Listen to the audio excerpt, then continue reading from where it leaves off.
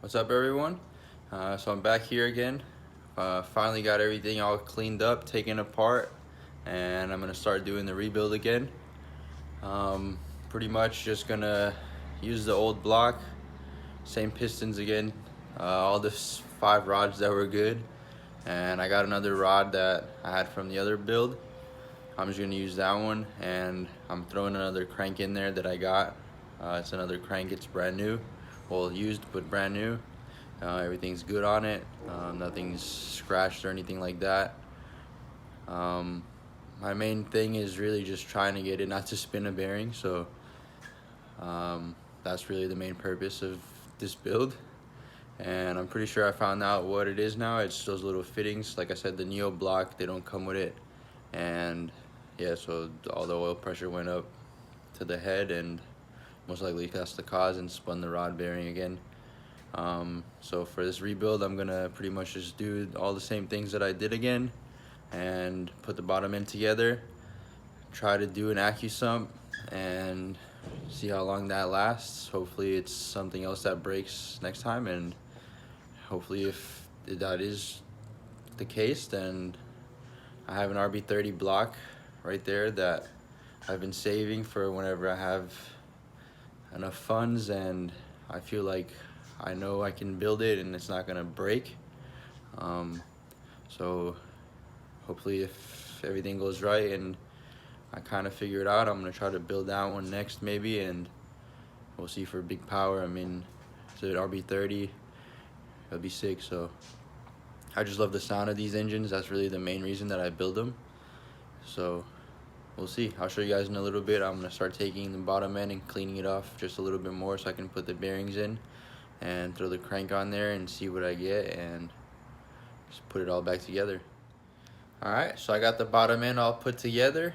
Used the new crank, new bearings, same rods, same pistons.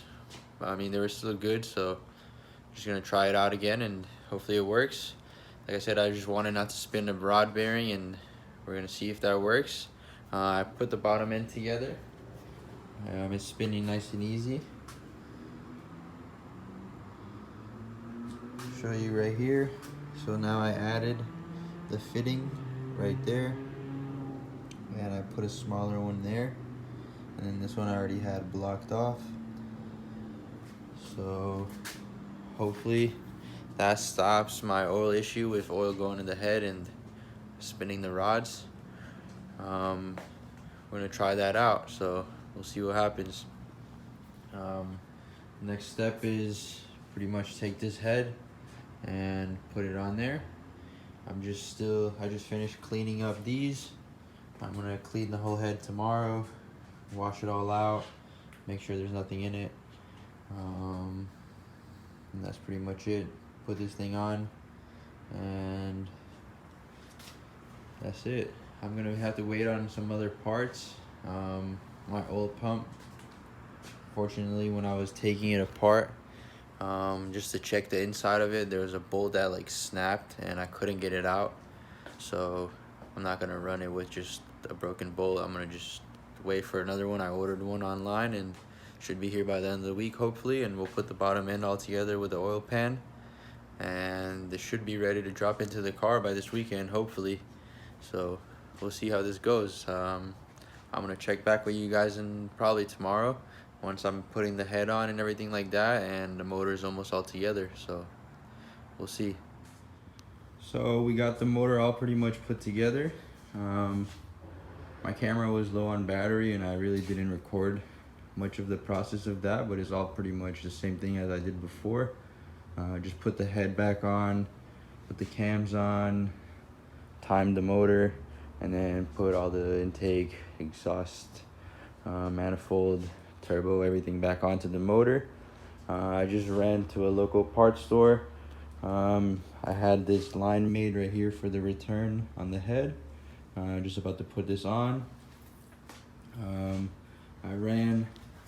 I put my little block that I got for the oil adapter and stuff that I'm running. I'm gonna relocate the oil filter and add the AccuSump like I said before. Also putting a bigger oil cooler on, And that's pretty much it for that. And the motor is almost ready to go.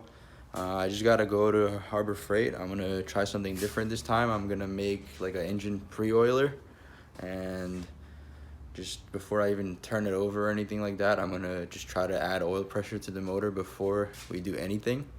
And hopefully, if that was one of my problems before, I think maybe from drive spinning it so much, trying to get oil pressure, it could have maybe damaged it, I don't know. But that's just really unlikely, but I'd rather just do it anyway because it's gonna be cheap, so might as well just do it. And yeah, that's pretty much it. I'm gonna make that, just finish this off right here, and pretty much drop it back into the car. I'll show you guys in a little bit once it's all ready and ready to go into the car. So we pretty much got everything ready to go. Got the motor right here, put it on the engine hoist, got the clutch on. About to get the tranny and put that in, and that's pretty much it. The motor is ready to go back into the car.